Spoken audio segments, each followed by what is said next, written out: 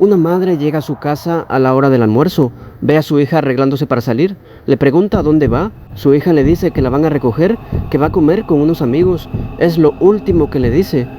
Esa tarde, la joven sale de su casa en San Jorge, Zacapa, vistiendo un vestido verde olivo y tenis blancos, nunca llega a ese almuerzo. Al día siguiente, su cuerpo aparece en un terreno despoblado a varios kilómetros de distancia, en condiciones que ningún padre debería tener que imaginar jamás. Han pasado más de 5 años. Los responsables ya fueron señalados, ya fueron capturados, ya hay más de 200 pruebas en su contra, y aún así, el juicio todavía no comienza. Esta es la historia de Melissa Palacios. Bienvenidos de nuevo a Criminal Record, soy Javi, y como cada semana venimos a contar una historia real. Hoy el episodio es distinto a otros que hemos hecho, y quiero ser honesto con ustedes desde el inicio. Este caso todavía está en proceso judicial, no hay una sentencia firme. Por eso, a lo largo de todo el video, cuando hablemos de las personas señaladas por este crimen, vamos a usar palabras como acusados o señalados, nunca culpables, porque esa palabra solo la puede poner un tribunal, no yo, ni ustedes, ni nadie en internet. Dicho esto, lo que sí vamos a contar son los hechos que ya están documentados por el Ministerio Público de Guatemala, por periodistas que han seguido el caso durante años y por resoluciones judiciales que ya son públicas. Vamos a reconstruir paso a paso lo que le pasó a una joven de 21 años que un día de julio salió de su casa y no volvió. Y como siempre en este canal no nos vamos a quedar solo en el morbo del crimen, al final vamos a hablar de algo más grande que este caso puntual. Así que quédense hasta el final porque la reflexión de hoy creo que les va a doler un poco, pero también les va a servir. ¿Quién era Melissa Palacios Chacón? Antes de hablar de cómo murió Melissa, quiero que hablemos de cómo vivía. Melissa Palacios Chacón tenía 21 años. Vivía en San Jorge, un municipio del departamento de Zacapa, en el oriente de Guatemala. Estaba estudiando el tercer año de la carrera de auditoría en el Centro Universitario de Oriente, conocido como CUNORI. Es decir, Melissa no era una adolescente sin rumbo, era una joven universitaria a mitad de una carrera, construyendo un futuro profesional. Su familia, y en especial su madre, Anabela Chacón, la describen como una hija presente, una joven que avisaba a dónde iba, que mantenía comunicación constante con su casa. Ese detalle, aunque parezca pequeño, va a ser importante más adelante, porque es justamente esa comunicación la que ayudó después a reconstruir sus últimos momentos con vida. Es fácil, en el True Crime, que las víctimas se conviertan en solo un nombre y una fecha, pero detrás de cada caso hay una vida completa que fue interrumpida. Melissa tenía 21 años, le faltaba literalmente terminar una carrera universitaria. Tenía una madre que la esperaba en casa todos los días. Eso es lo que se perdió el 4 de julio de 2021, el día de la desaparición. Vamos a reconstruir ese día con la información que ha salido de la investigación oficial. Era el 4 de julio de 2021. Anabela Chacón, la madre de Melissa, llegó a su casa en San Jorge, Zacapa, a la hora del almuerzo. Ahí encontró a su hija alistándose para salir. Melissa vestía, según el testimonio de su madre, un vestido verde olivo y tenis blancos. Le avisó que el hermano de una amiga la recogería y que iría a comer con ellos. Ese fue el plan que Melissa compartió con su familia. Un almuerzo, con conocidos, un día normal de un domingo cualquiera de julio, pero Melissa nunca llegó a ese almuerzo. Según la reconstrucción hecha por el Ministerio Público, basada en mensajes de WhatsApp, una videollamada y registros de cámaras de seguridad, los hechos habrían tomado un curso completamente distinto al que la familia de Melissa conocía. La fiscalía sostiene que los mensajes y la videollamada muestran cómo se habría planificado lo que vendría después, la vestimenta que debía llevar, la coordinación de un punto de encuentro y finalmente el traslado de Melissa hacia una zona despoblada. Una amiga de Melissa relató a los investigadores que recibió una videollamada de una de las acusadas hecha desde el interior de un vehículo. Lo particular de esa videollamada, según el testimonio, es que la cámara no enfocaba a quien llamaba, sino a otra persona, una joven que caminaba hacia el vehículo. Esa joven, según la fiscalía, era Melissa. Ese es el último rastro documentado de Melissa con vida, caminando hacia un carro, sin saber lo que la esperaba. Al día siguiente, el 5 de julio de 2021, el cuerpo de Melissa fue localizado en un terreno despoblado de la aldea La Palma, en el municipio de Río Hondo, Zacapa, un lugar alejado, cercano a un basurero, rodeado de maleza. Las condiciones en las que fue hallado el cuerpo evidenciaban violencia extrema. Con el paso de los años y conforme avanzó la investigación forense, se fueron conociendo más detalles de lo que Melissa sufrió en sus últimos momentos. Los peritajes forenses determinaron que Melissa fue asfixiada. Después, su cuerpo fue arrastrado por más de 22 metros dentro del terreno, un recorrido que, según los investigadores, la obligó a atravesar una cerca de alambre de púas. Finalmente, recibió un golpe en la cabeza con una piedra, un golpe que le provocó fracturas fatales. Voy a hacer una pausa aquí porque sé que estos detalles son duros de escuchar. No los cuento para generar morbo, los cuento porque son parte de lo que la Fiscalía presentó como evidencia de que esto no fue un arrebato de un segundo, sino una secuencia de violencia sostenida contra una persona que, para ese momento, ya no tenía forma de defenderse. De hecho, esa es una de las discusiones centrales que ha marcado todo el proceso judicial y de eso vamos a hablar en un momento. Si esto fue un homicidio en estado de emoción violenta, como se calificó al inicio, o si fue un asesinato premeditado, como sostiene actualmente la Fiscalía. La investigación y las pruebas. Con el paso de los años, el Ministerio Público y el Instituto de la Víctima fueron reconstruyendo una línea de tiempo mucho más detallada del crimen, apoyada en pruebas técnicas, mensajes de WhatsApp, una videollamada, registros de cámaras de seguridad de la zona, testimonios de amigas cercanas a Melissa y peritajes forenses. Según explicó el fiscal a cargo durante una de las audiencias, los acusados se habrían dirigido con Melissa a un terreno despoblado ubicado cerca de un basurero sobre un camino de terracería. Ahí, de acuerdo con la versión de la Fiscalía, primero hubo una agresión verbal y después una agresión física que terminó con la vida de la joven. Este tipo de reconstrucción, que junta mensajes de texto, videollamadas, cámaras y testimonios, es lo que permitió a los fiscales argumentar que no se trató de una reacción impulsiva, sino de algo planificado con anticipación. Y esa diferencia, en términos legales, lo cambia todo, porque no es lo mismo un homicidio cometido en un momento de descontrol emocional que un asesinato premeditado. Con base en más de 200 pruebas presentadas, incluyendo audios, registros de videovigilancia y testimonios, el caso avanzó hacia una etapa de juicio. Y aquí es donde la historia de Melissa deja de ser solo la historia de un crimen y se convierte también en la historia de un sistema de justicia que tardó años en calificar correctamente lo que le había pasado a esta joven. Los acusados y la fuga. Las personas señaladas por el Ministerio Público como responsables de la muerte de Melissa son María Fernanda Bonilla Archila y José Luis Marroquín Ovalle. Después del crimen, ambos se dieron a la fuga.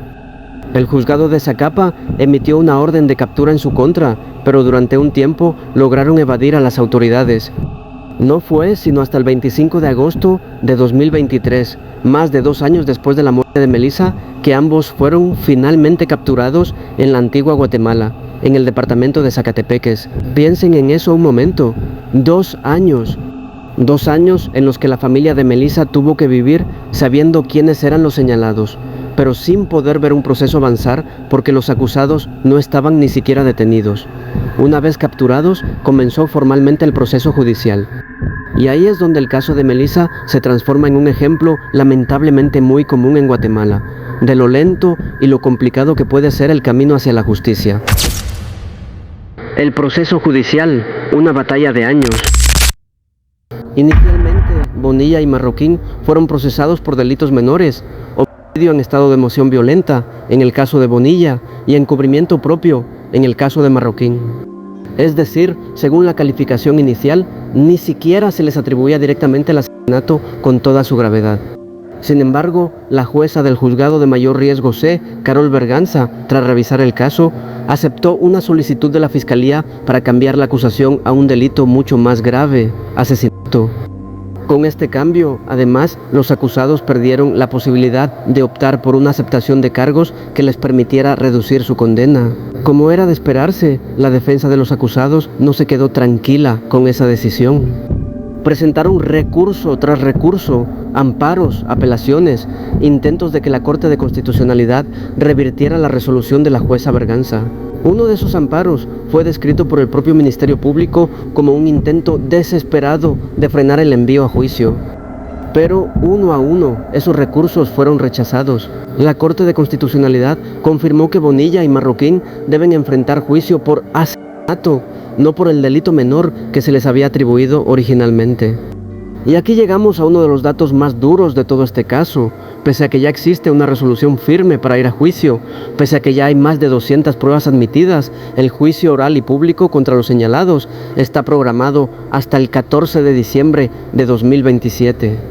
Eso significa que, cuando por fin se siente el tribunal, habrán pasado más de 6 años desde la muerte de Melissa. La razón oficial: falta de integración del tribunal, es decir, no hay suficientes jueces titulares disponibles y la saturación de la agenda judicial. El tribunal que finalmente llevará el caso está integrado por la jueza Rosa Carolina González García y el juez Carlos Arsenio Pérez Cheguén. La madre de Melissa, Anabela Chacón, ha sido la voz constante detrás de este caso durante todos estos años. Tras la confirmación de que el juicio sería por asesinato y no por un delito menor, expresó que había vuelto a creer en la justicia. Pero para llegar a esa frase, tuvo que sostener durante años una lucha frente a un sistema que una y otra vez aplazaba el momento de sentarse frente a un tribunal. El contexto: la violencia contra la mujer en Guatemala. Y aquí quiero que salgamos un momento del caso puntual de Melissa, porque su historia, por dolorosa que sea, no es un hecho aislado. En Guatemala, el delito de femicidio fue tipificado en el año 2008, es decir, la muerte de una mujer causada por un hombre, motivada por una relación de poder desigual basada en el género. Desde ese año hasta el cierre de 2025, más de 3.200 mujeres han muerto víctimas de femicidio en el país. En 2025 se registraron 206 casos, una cifra más alta que la de 2024, cuando se contabilizaron 180. Para dimensionar esto, la tasa de femicidios en Guatemala se ubica por encima del promedio de la región latinoamericana. Y según investigadoras que estudian el tema, solamente alrededor del 9% de las mujeres que sufren violencia en el país llegan a denunciarla. Eso significa que las cifras oficiales, por altas que ya sean, probablemente representan solo una fracción de la violencia real que enfrentan las mujeres en Guatemala. También hay datos que muestran algo importante. De las personas procesadas por femicidio entre 2021 y 2025, en promedio el 82% terminó siendo condenada. En 2025 esa cifra subió a 84%. Es decir, cuando estos casos sí llegan a juicio, la mayoría termina en condena. El problema no es solamente la falta de pruebas o la falta de justicia final. El problema muchas veces es el camino, lo que tarda un caso en llegar a esa sala de audiencias. El caso de Melissa es, lamentablemente, un ejemplo perfecto de eso, un caso con pruebas contundentes, con una calificación legal ya corregida, con acusados ya capturados y aún así atrapado durante años en trámites, recursos y falta de jueces disponibles. Reflexión final. Quiero que, antes de cerrar este vídeo, pensemos en algo juntos. Cuando hablamos de casos como el de Melissa, es muy fácil quedarnos solo con los detalles más impactantes, la asfixia, el arrastre, la piedra, y entiendo que esos detalles son los que generan reacción, los que hacen que un vídeo se comparta. Pero si este canal se llama Criminal Record y hablamos de esto semana tras semana, es porque creo firmemente que contar estas historias tiene que servir para algo más que el morbo. Melissa tenía 21 años, estaba en tercer año de una carrera universitaria, avisaba a su casa a dónde iba, hizo literalmente todo lo que se supone que debía hacer para estar segura y aún así no lo estuvo. Eso debería hacernos pensar que la responsabilidad de que algo así no vuelva a pasar no puede recaer únicamente en las víctimas ni en sus rutinas de precaución, recae sobre todo en quienes deciden hacer daño y en un sistema que tiene la obligación de actuar rápido cuando eso ya pasó. Y quiero que pensemos también en Anabela Chacón, la madre de Melissa. Durante más de 5 años, esta mujer ha tenido que revivir la muerte de su hija cada vez que hay una nueva audiencia, cada vez que la defensa presenta un nuevo amparo, cada vez que el juicio se pospone. Eso también es una forma de violencia, la de un sistema que sin quererlo prolonga el dolor de las familias con cada trámite que se estira más de lo necesario. Guatemala registra en promedio más de 200 casos de femicidio al año. Eso quiere decir que, mientras yo grababa este vídeo, probablemente en algún lugar del país, otra familia estaba recibiendo la misma llamada que recibió Anabela Chacón un 5 de julio de 2021. Y eso, para mí, es lo que de verdad debería quitarnos el sueño, no el morbo del caso. El hecho de que este patrón se repite una y otra vez con nombres distintos. Así que si algo se llevan de este vídeo, que no sea solo el horror de lo que le pasó a Melissa, que sea esto, hablar de estos casos, nombrar a las víctimas, exigir que los procesos judiciales avancen con la urgencia que merecen y no naturalizar ni una sola de estas historias como si fuera otro caso más. Porque cada número en una estadística de femicidio fue, antes que nada, una persona con una vida entera por delante, como Melissa. La memoria también es una forma de justicia, y mientras el sistema termina de dictar la suya, lo mínimo que podemos hacer nosotros es no dejar que su historia se pierda en el olvido. Gracias por acompañarme en este episodio de Criminal Record. Si el caso te movió algo, déjamelo en los comentarios y como siempre, nos vemos en la próxima historia.